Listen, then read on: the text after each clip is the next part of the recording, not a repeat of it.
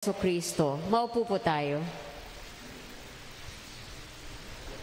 Noong nakaraang linggo ay ating pong ipinagdiwang ang tinatawag nating Letare Sunday o yung linggo ng kagalakan. At ang linggo pong yan, kasabay po ngayon ay bahagi po rin ng kagalakan natin. Ano yung kagalakan natin? Yung kagalakan natin sa linggong ito ay yung si San Jose ay pinili na maging ama ni Jesus. Si San Jose ay pinili ng Diyos upang tagapagtanggol at tagapagkaliga ng kanyang banal na pamilya. Si San Jose ay pinili para tayo ay proteksyonan. Kaya po tayo sa kalagitnaan po ng Lenten season, meron po tayong papuri. Binigyan tayo ng pagkakataong purihin natin ang Panginoon sa pamamagitan ng biyaya sa atin, ng pagbigay sa atin kay San Jose.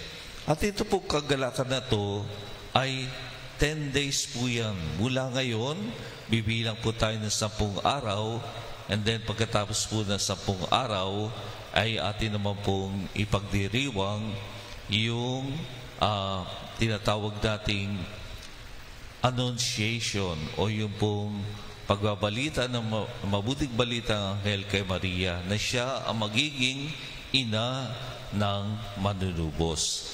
Kaya pagtitignan po natin yung posisyon ng pagdiriwang, ito ay posisyon dahil po sa mga Hudyo po, yung kanilang kasal, hindi isang araw, kundi pinagdiriwang nila ng 10 araw. Sisimula doon sa pagtatalaga, itatalaga ka bilang asawa, and magiging betrothed ka na. And then, 10 araw, saka kayo magdiriwang ng ganap na kasal o yung legal na kasal. So, yung una muna, pagtatalaga doon, and then, yung ganap na kasal nila.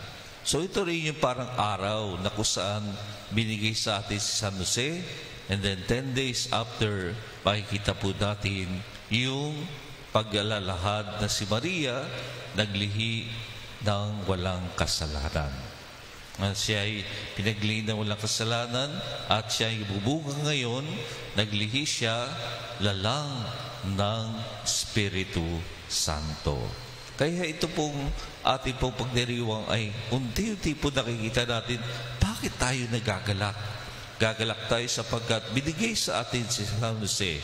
And finally, nagagalak tayo sa atin sapagkat tinugon ni Maria yung nais ng Panginoon at ibinigay sa atin ang ating manunubos. Kaya po sa ating banal na pagdiriwang, pagpasalamat po tayo sa Panginoon sa biyayang pinagkaloob niya sa atin na siya inayos niya lahat upang tayo nawa ay tunay na makabalik loob sa Kanya.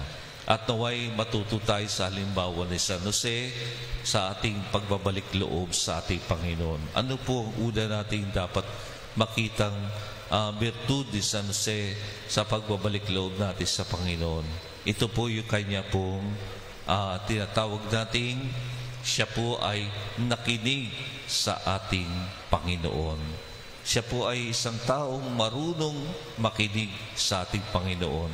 Kaya nga po sa huling bahagi ng Ebanghelyo natin sabi ganoon, nang magising si San Jose, sinunod niya ang utos ng Panginoon at pinakasalan niya si Mama Mary.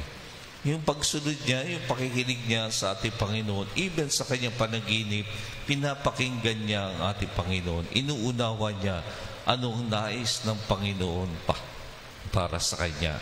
Dapat di po tayo po rin ay matuto makinig. At hindi po tayo matuto makinig kung tayo po ay maingay. Kaya makikita po natin ikalawang virtud ni San Jose, yung kanyang katahimikan. Yung katahimikan niya, hindi naman yung hindi siya nagsasalita, kundi yung siya ay payapa sa kanyang buhay. Panatag siya. Bukas ang kanyang isipan at ang kanyang kalooban upang maunawaan ang Panginoon. Katahimikan po rin ang kailangan natin sa ating pong buhay. sapagkat marami po sa atin ang makikinig sa iba't ibang mga tinig. Kung kaya tayo nalilito at naliligaw. Napakalaga po, katulad ni San Jose, manahimik tayo at unawain natin maigi ang nais ng Panginoon para sa atin. Higit sa lahat, makikita natin si San Jose sa kanyang paggawa. Ang buhay pananampalataya po natin ay hindi po lamang isinasadyan. Yan po ay dapat nating isinasagawa at isinasabuhay. Si San Jose po, hindi lang po niya sinabi, ako magiging ama ng manunubos. Hindi lang po yun. Ano po ginawa niya? Siya po'y naghanap buhay. Siya po'y nagtrabaho. Siya ay nagsikap para mayroong makain yung kanyang mag-ina. Siya ay nagsikap na magkaroon ng magandang pangalan yung kanyang anak. Napakalaga po yan. Kaya po, para po sa atin, ano po ang pinakasimbolo ni San Jose? Binigyan niya ng mabuting pangalan, mabuting linya ang Panginoon. Binigyan niya ng apelyido ang ating Panginoon. Binigyan niya ng pamilya. Ganun din po tayo. Dapat po yung ating pong pangalan din ay hindi lamang yung pangalan natin sa ID, kundi yung ating karangalan, yung pangalan natin, yung karangalan natin, hindi lamang sa pangalan, kundi ang karangalan natin ay tayo ay mabubuting Kristiyano. Hindi lamang sa salita, kundi ito'y ating isinasagawa. Kaya isang pinamagandang imahin na binigay ng ating mahal na Santo Papa sa ating si Jose ay natutulog. Pero po alam po ninyo, sabi ko nga po sa aking pagdinilay, si San Jose hindi lang natutulog, no? Kumbaga relax lang siya. Hindi po. Ang pinamagandang imahe ni San Jose ay siya po ay nakadantay sa bato at nakatulog. Hindi natutulog, kundi nakatulog. Bakit siya nakatulog? Dahil sa sobrang pagod sa paggagawa, nakatulog siya. Dahil sa paggawa niya, nais niyang magkaroon ng mabuting buhay yung kanyang pamilya. Sa paggawa niya, sobrang-sobra yung kanyang pagod. Nakatulog siya.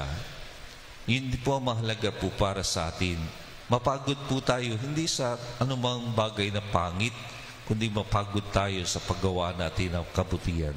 At huwag tayong mapapagod sa paggawa natin ng kabutihan bilang simbolo na tayo, katulad ni San Jose, ay nagbibigay karangalan sa Panginoon sa pamamagitan ng ating buhay. Iyok po natin ngayon ang ating maulo sa araw ng kapistahan ng ating mahal na patron San Jose. Dumalangin tayo sa Kanya upang turuan tayong maging mapagkumbaba sa ating buhay. Bigyan tayo nawa ng Panginoon ng pusong katulad ni San Jose na bukas at marunong makinig.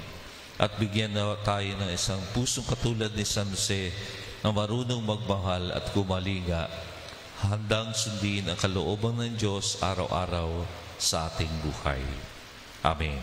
Amen. Tumayo po tayo. Ating pong sama